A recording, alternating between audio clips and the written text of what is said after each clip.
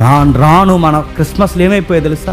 DJ డ్యాన్స్లు అయిపోయాయి, lights on, పొగలు, అడావుళ్ళు, వర్షిప్లు, గట్టిగా పాడడం, డ్యాన్స్లు. క్రిస్టియన్ యూత్ బాగా రెచ్చిపోతున్నారు. దేనికో తెలుసా? Dance, worship dance. దేనికయ్యి వర్షిప్ డ్యాన్స్ అంటే? ఇది డేవిడ్ డ్యాన్స్ అంటున్నారు. డేవిడ్ అలాగే వేసాడా? డేవిడ్ డ్యాన్స్ చేసినందుకు వజ్జా చచ్చిపోడు. మీరు డ్యాన్స్ చేసినందుకు వజ్జా చచ్చిపోడు. ఈసారి మీరే చచ్చిపోతారు, గుర్తుపెట్టుకోవాలి. ఈ డ్యాన్స్ వల్ల ఎవరిని మారుస్తారు? పైగా మళ్ళీ ఈ డ్యాన్సుల కోసం తప్పు అని చెప్పిన వాళ్ళకి మళ్ళీ చమత్కారంగా మన మీద ఒక నింద. ఏమని చెప్పినా, దేవుణ్ణి ప్రేమించడం రాదు, దేవుణ్ణి ఆరాధించడం రాదు, దేవుణ్ణి ఎంజాయ్ చేయడం రాదు. దేవుణ్ణి ఎలా ఎంజాయ్ చేస్తావు? మెడ మీద కత్తెట్టి యేసుకి జై కొడతావా, మంత్రికి జై కొడతావంటే యేసుకే జై కొడతాను, క్రీస్తునందు ఆనందిస్తాను.